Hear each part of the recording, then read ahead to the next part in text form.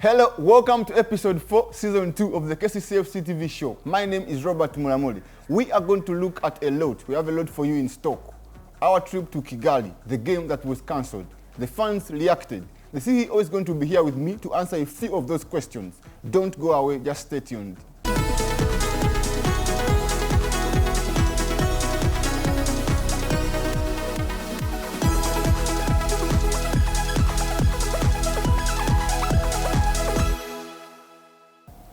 KCCA Football Club traveled to Kigali ahead of their match, their CAF Confederations match with AS Kigali. They traveled on Sunday. They were supposed to play AS Kigali at 3 p.m. on Wednesday, that is 4 p.m. Ugandan time.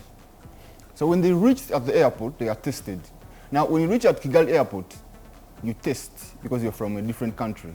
And you wait for 24 hours to realize if you're positive or negative of COVID-19. So we traveled 14 players with the backroom staff and the administrators. When we reached Kigali, the results were released after 24 hours. And unfortunately, we were during our last training session. That was Tuesday at around 7 p.m. at the stadium, Kigali Stadium. So when the COVID-19 tests came out, 2 of our players tested positive of COVID-19. And we couldn't have the number that CAF requires to attend or to continue with the game. So we wrote to CAF and their final decision was to cancel the game and give a 2 goals advantage to AS Kigali. What happened is this: the players were ready. You could see it with your eyes because I traveled with the team and I can confirm this. The coaches were ready. We are just going through the final drills of these preparations for the game the next day. It was absurd to cancel the game because as KCCA Football Club, a professional club here in Uganda, we really put in a lot in this trip and we wanted to get the victory for you, our fans. Now, on hearing the news that 2 of our players tested positive for COVID-19 and CAF had cancelled our game, the CEO released a statement on the club's website. And now, let me read you the statement. CAF, the football governing body in Africa, has cancelled the CAF Confederation game between AS Kigali and KCCA FC. This was confirmed on Wednesday, 23rd December in a letter written to KCCA Football Club. KCCA FC did not have the recommended number of players to have the game take place. This is because a number of players tested positive of COVID-19 and could not travel to Kigali, Rwanda. According to CAF, AFCON Organizing Committee, which is also in line with the FIFA laws of the game, each match must be played in if the team has at least 11 players, including a goalkeeper, plus 4 substitutes. According to COVID-19 regulations, if a team does not have the minimum number of players, 11 players including the goalkeeper, plus 4 substitutes to play a match, the team will be considered to have lost the match 2-0. In exceptional circumstances, the organizing committee will be consulted for a final decision concerning the match. CAF was consulted prior to the team traveling to Kigali, Rwanda, for the game, and also when the COVID-19 tests were done in Rwanda, the results were communicated to CAF and a decision to cancel the game and hand the host team a 2-0 advantage was made. KCCA FC was to play AS Kigali on Wednesday, 23rd December 2020 in Kigali, Rwanda. The decision means AS Kigali have the first leg advantage with a 2-0 score. The return leg will be played on 6th January 2020 here in Kampala. Now, KCCA FC is looking to overturn the 2-0 advantage that AS Kigali has now. Our fans, on hearing the sad news, they reacted on our social media pages. I'll read you the Facebook comments. Shaka Tuhaire Shafiq, we are embarrassed. This one was disappointed. Jojo says we need to get more serious. Marcelo Emma Cubs says, sorry, my fellow Ugandans. Paul Alito says, very sad for the corona positive cases. Nero Grace was asking, interesting, so what happens if they too intentionally fail to raise the number on the return leg? Engineer Razak, but KCCA still had players from the under-17 that played the CAF finals. That was his comment. Nabukela Flavia said, me, I don't blame my team. COVID came, no one knew. Match people went Buembo Medi said the truth will come out by tomorrow. It's going to be addressed here on the show. Nabukela Flavia said, me, I don't blame my team. I think I read that. Let me go to Twitter. On Twitter, we have a few comments. Roger Senkungu, you should keep those players in camp to avoid contracting the virus, be more professional. Baluku Rogers, we shall serve them in equal measure, no mercy when they come here. And one KCCA FC fan here on Twitter, were the 15 players tested prior to departure?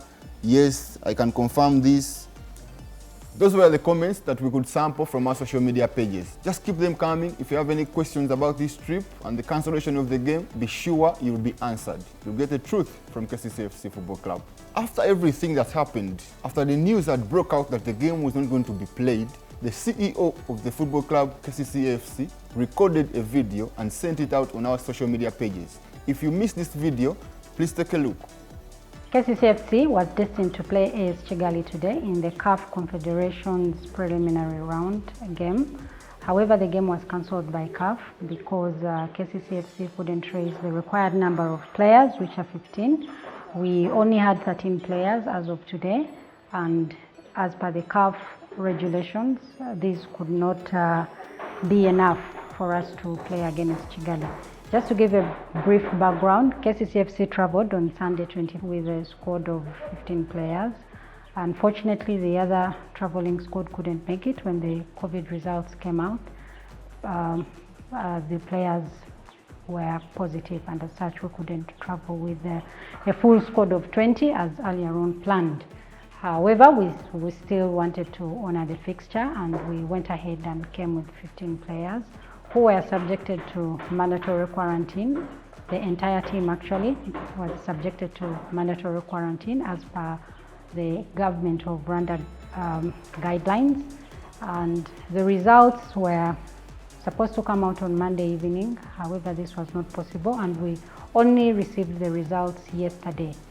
And the team went ahead and trained yesterday, but we had earlier on also undertaken another test as per the CAF guidelines. You are supposed to undertake a test 48 hours before the game, and unfortunately this morning 2 results came back where we had positive cases, leaving us with 13 players, and as such we could not go ahead with the fixture. We went ahead at KCCA FC and engaged CAF, trying to see if an exception would be done, but CAF gave the ruling and responded and said that no, the game is cancelled and KCCA FC loses. We lost to AS Kigali with 2-0, so that means that AS Kigali wins this tie. But these guidelines were shared ahead of time and we were aware of them, and that is why even when we had 15 players, we still proceeded and travel because we did not want to lose the game. The guidelines are very clear. In the event that you don't have 15 players, you automatically lose the tie, but we did not want to just go ahead and concede the loss without giving ourselves a trying chance, which is what we did, but unfortunately fate had its own plans. But we picked the positives from this. We have learned a lot, and as a club we are going to go back and rework our COVID measures that we had in place. Maybe this calls for us to upscale what we have been doing. We need to actually upscale. And we have a return leg. The return leg will be on the 6th of January. So that is what we are going to go back and prepare. And we are going to go back and sit as a team and see the way forward in this regard, because we need to have a full team by the 6th of January. So we are going to go back and plan, and we'll come up with a plan towards handling such matters in future. And then the 2 positive cases that we received, as per the regulations here, a test is supposed to be done every 5 days for people that are in quarantine, and fortunately the 5 days elapsed tomorrow. So our players will be subjected to this test, and we are praying that they turn negative and we can go back with the team. However, if that is not the case, they will remain behind and will still be in the quarantine, and we will monitor them. We have a contingent plan in place if this is to happen, and as a club we will do our best to support the players even in our absence. So see you on the return leg.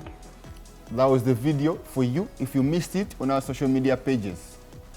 Now we are going to take a short break, but when we return, we'll host the CEO here in the studio. She's going to give us an in-depth explanation about the trip. She was in close contact with the CAF officials. Don't go away, just stay with me. I'm very sure she has all the answers to the questions.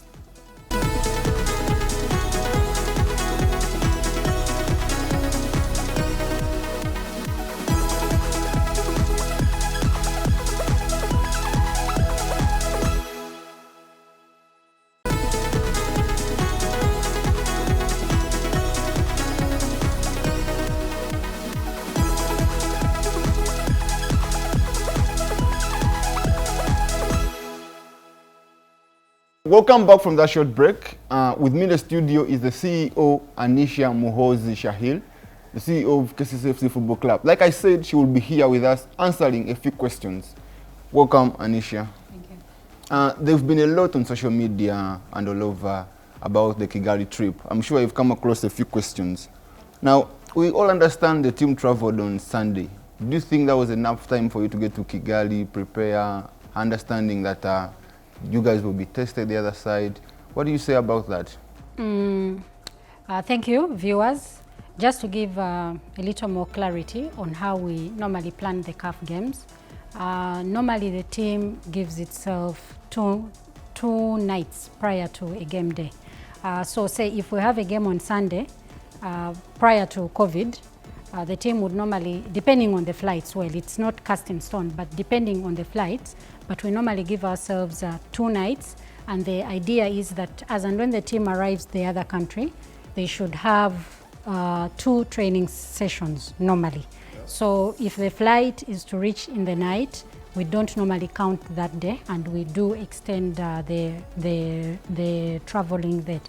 So with Rwanda, what happened, the team traveled on a Sunday, and we had anticipated, because we knew that Rwanda has a 24-hour quarantine process. So we had anticipated that the team travels on Sunday, they arrive on Sunday, the tests are done, then the results come back on Monday.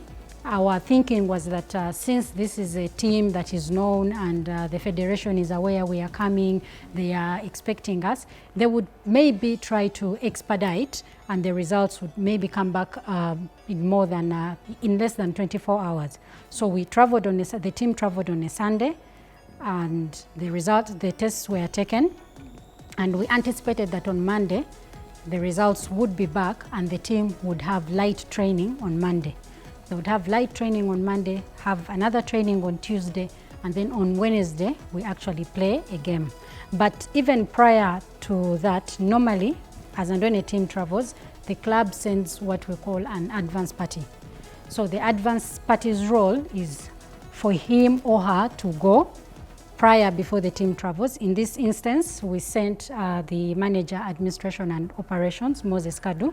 He left on Friday and got to Rwanda on Friday, and he was supposed to use Saturday and Sunday before the team arrived to make sure everything is set, the hotel, the training grounds, the transport, to make sure that everything is in place before the team actually came. But unfortunately, we got a hiccup because when he reached, his results could only be released on Sunday, the day that the team traveled, which was a very big hiccup because he was not, he didn't have enough time to actually do the other things, but nonetheless, he still managed to use the little time that he had to do whatever was required before the team travels. So yes, to answer your question, Sunday would have been sufficient if the 24 hours mandatory quarantine would have been honored. So clearly speaking, we understand you guys went with COVID tests. You guys tested here before, and then when you reached to Kigali, tests were done again. How did this interrupt your preparations to this game? No, it didn't. It didn't interrupt because we knew it. We know that for us to leave Uganda, to go to, for us to even board and board a plane in Uganda, you must have a COVID certificate that is negative. And people out there do not know how the actual process works. They think that you can just go to any place or NASA and get any fake COVID certificate and actually travel. But to just enlighten people that are not aware of this, all COVID tests are fed onto what you call a national portal. So as and when you test positive, your results can be accessed by the people that have authorization. So there is no way you can even forge anything. I had some of the comments of the fans were, couldn't they forge the COVID results and what? But that is not being professional. And even then, if you reach Rwanda, there is no way you can bypass without getting a COVID test. So we knew that as and when we arrived in Rwanda, it was very clear. The moment you arrive at the airport, a COVID test is taken, and immediately you actually arrive, you go into quarantine, 24-hour quarantine. Before you leave Uganda, Rwanda has a process. They have a list of accredited hotels. You're supposed to choose which hotel that fits within your budget, and you book prior to your travel.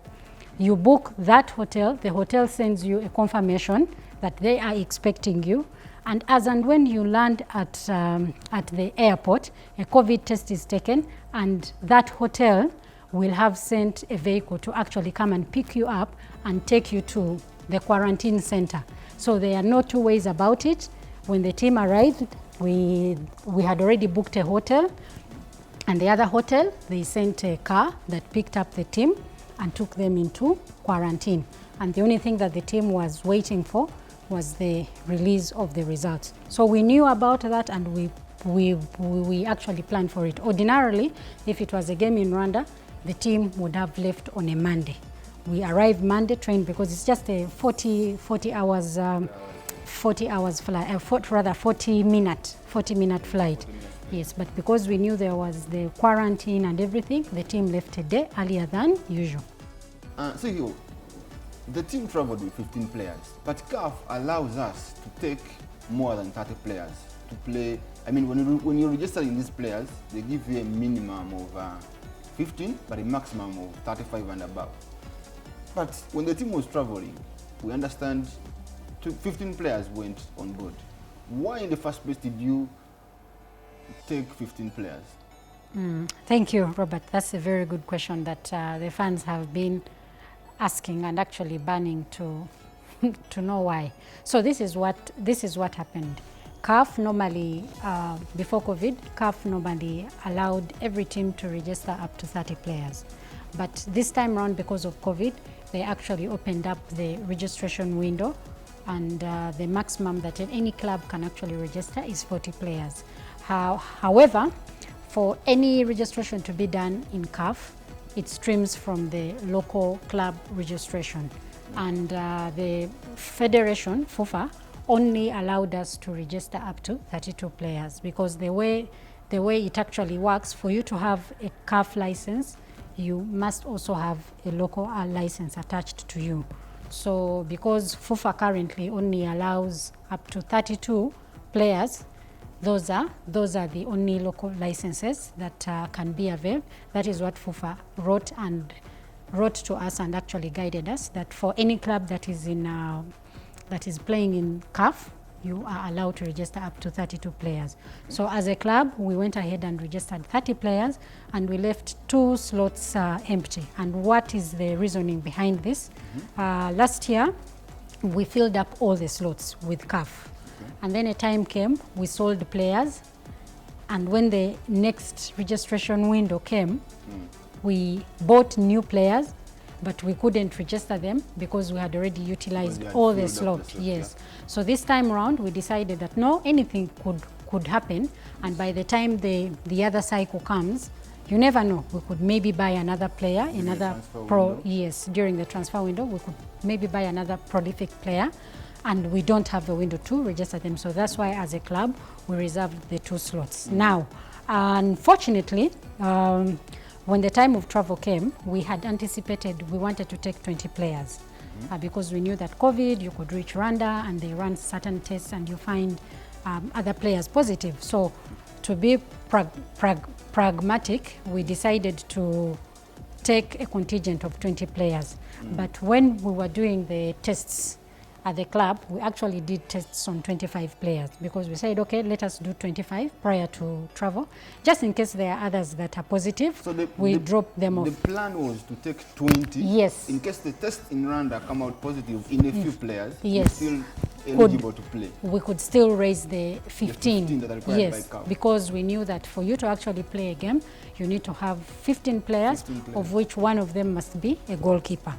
So unfortunately, as fate had it, we had already even booked the flights. And after we played the URA game, that's when the results started coming in.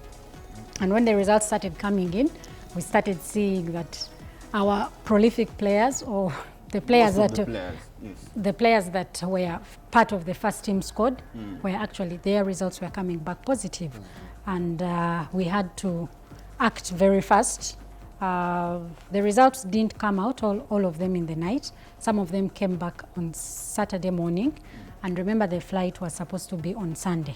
So Saturday morning, we woke up and had a review meeting with the coaches, sat down, we looked at who was positive and who are those that we didn't test. We actually had to run and do emergency tests on some of the players that we hadn't run tests on, and eventually we could only raise 15 players. The other players, some of them were injured players, the other players were positive, and we couldn't have a full team of 20, so we could only raise 15 players. And when we went back and read the rules, they were very clear. If you don't have 15 players, a goalkeeper inclusive, you unfortunately lose the game by 2-0. Where you fail to actually travel, when we try to seek guidance, okay, what happens if the team doesn't travel? Because we are faced with a challenge now. We are unable to travel because we don't have a goalkeeper amongst the team. What happens? When we consulted, even went with the FA, even with CAF, the idea is that at the end of the day, CAF normally wants a game to be played. They don't like teams to not play games. They like the matches to be honored. So the guidance was that no, if you don't have 15 players, a goalkeeper inclusive, you actually lose the leg. You lose the leg by 2-0. So what we did as a club, we consulted, and with FUFA, we wrote to CAF seeking for exceptional approval, because when we sat down with the technical team, the questions or the discussions that we had were, are we able to convert any other player into a goalkeeper? And when the technical team brainstormed, they actually realized that yes, they could actually convert someone into being a goalkeeper, and with the two training sessions, they could come up with a strategy of how to not, maybe concede the 2-0 at a go. So the technical team was like, yes, we can actually convert a player into a goalkeeper. So we wrote to CAF seeking for exceptional approval on our ability to be able that, yes, look, we don't have the required number of players, we don't have a goalkeeper amongst ourselves, but amongst these 15 players, we can actually, can we convert a goalkeeper? Because the issue was when you are registering in CAF, you actually register a player that this is Robert Mulamule, he is a goalkeeper, this is his shirt number. So the other query was, if someone is a midfielder, how would they then translate? Because you have to feed into a system, the start list, before a player plays and what. So CAF sat down and came up with a decision, and luckily enough, they actually approved that, look, for as long as you can convert any player into a goalkeeper, for this match only, we will give you the exceptional approval. Kindly tell us the name of the player and the shirt number that he wears, and we change it. We only have this change for this match only, but the other matches going forward, everything will relapse back as per your as per your license list. So when we got that leeway, we're like, look, let us not. And also the other thing was that we had already booked the tickets. FUFA gives us 25 tickets, but we normally take a contingent of 32, the technical team and the other. The tickets were non-refundable. Rwanda Air unfortunately had a policy that the tickets are non-refundable. So if we don't travel, I mean, you actually lose out. The tickets are not the tickets were non-refundable. So when we sat down with the team, we're like, okay, why don't we give ourselves a fighting chance? I mean, would we just sit and concede a 2-0? How about if we went there and the coaches come up with a plan of maybe just having a draw, you know? So those were some of the questions that we sat down and evaluated, and we decided that let us give ourselves a fighting chance. Let us not allow to just sit back and say we have lost to AS Kigali 2-0. But we were also skeptical that when we reach Rwanda, we don't know what could actually happen. But we said, look, at the end of the day, it's worse if you don't travel, because if you don't travel, they could actually cancel the entire tie. If you don't travel, that means you have not shown efforts and everything. They could cancel the tie. That means even if we would actually even probably be disqualified, depending on what CAF decides. So we went ahead and traveled with 15 players. We reached there, we did tests. They all came back the first time. The tests that were done at the airport, they came back, they were okay, but unfortunately the results came back late. We had an issue with the delay in results. The results came back on Monday, unfortunately. They came back on Tuesday actually. Some of them, seven of the results came back on Monday evening. The other results were only able to get them on Tuesday. So that meant we couldn't train on Monday because we were still in quarantine. Everyone was still in quarantine. And when the results came back on Tuesday, we had to do another set of results, because before you play a CAF game, you're supposed to do COVID tests 48 hours prior to a game. So those results are the ones that were done, and 2 of our players came back positive, and that meant that we had only a squad of 13. 13 remaining. Yes, remaining, and the regulations were very clear. You don't have this number of players, you lose. But again, the coaches had already done the other training. They had a strategy. When we sat down and discussed with them and asked them, look, we have 13 players. Can we still request for exceptional approval to have the game done? The coaches are like, yeah, we can actually, we have a strategy, we can do this, let us play. Let us play this game. The players that have been, that have come back positive, we have solutions to those positions that they were supposed to be playing. Let us still play the game. So that evening on Tuesday, we again wrote to CAF seeking for exceptional approval. Even after 2 of the players that tested positive? Yes, we wrote to determination. Yes, we wrote to CAF seeking for exceptional approval for us to actually play with 13 players. Luckily enough, the goalkeeper that we had written for the game. Yes, the goalkeeper was available. So we wrote to CAF and we told them, look, we do not want to concede the 2-0. We know that the rules say this. However, we are requesting that you give us exceptional approval to go ahead and play with 13 players. And we waited. We kept on calling CAF, but the decision came back at 1 p.m. when the team was actually getting ready. The team was getting ready to go. Yes, the team were, because we were a little bit, we had a positive attitude that they would maybe allow us play. But unfortunately, the news came back and CAF ruled and said, no, you are required to have 15 players. In the event that you don't have them, you lose the game by 2-0. It hurt us, it really hurt us, because I can tell you even the players in camp were determined. They wanted to prove to the world that, look, we can do this. Because a lot of social media exchanges had been done, the fans and everyone were like, no, this team is going to concede 5-0, what. And the players had that fighting spirit in them. You could see it in them that, look, we are going to give our very best. When the news got to them that the game had been cancelled, they were very demoralized. They were like, how can this is our time to shine. It was our chance to shine.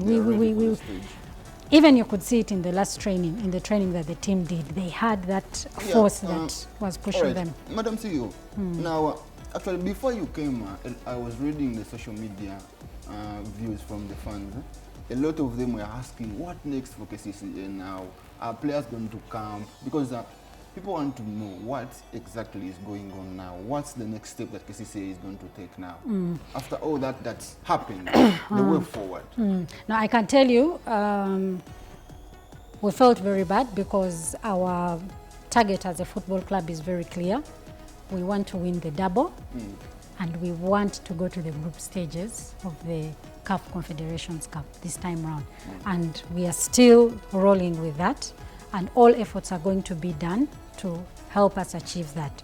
So on the technical side, the team that is planning for the next game is already up in gear. They're already coming up with strategies because now what it means is for us to go through, we need to have a 3-0 win. Yes, you need to win by 3 goals. We need to win by 3-0. Yes.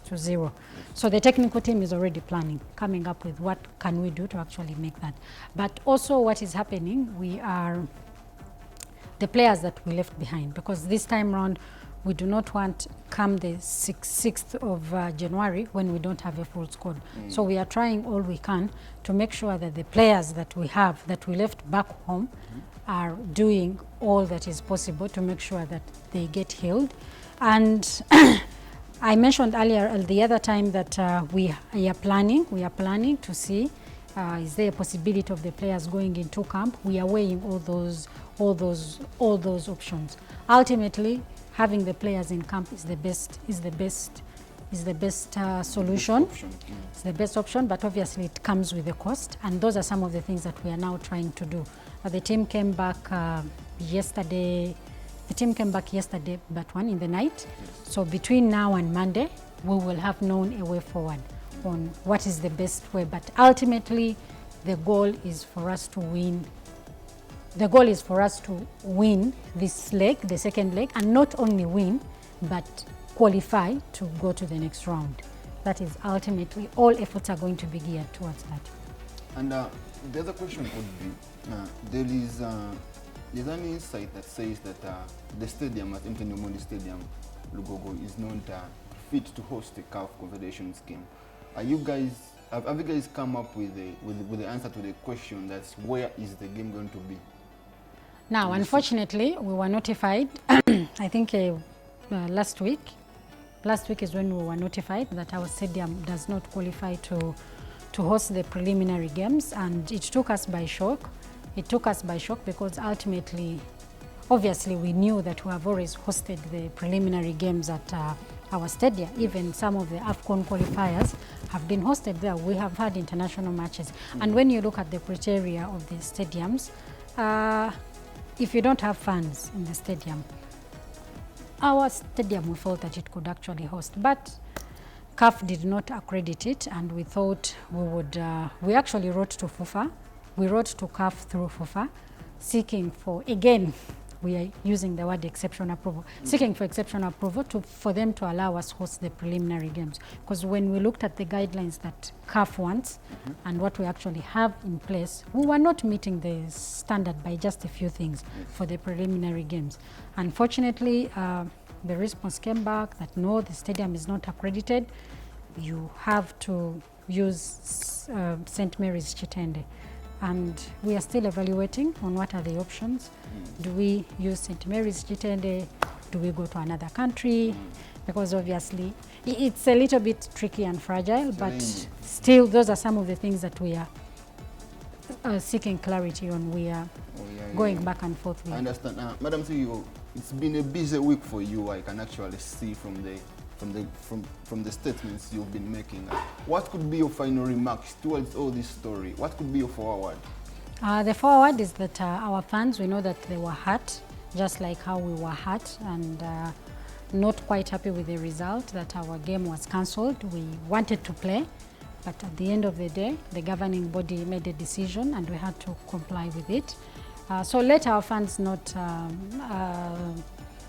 let them not lose hope. We can still overturn this result. We are confident that we can still overturn this result. Let them support us, let them be with us. And maybe just to also guide, we left 2 of our players, the ones that turned positive, we left them in Rwanda. The law of the land does not permit them to travel until they are negative.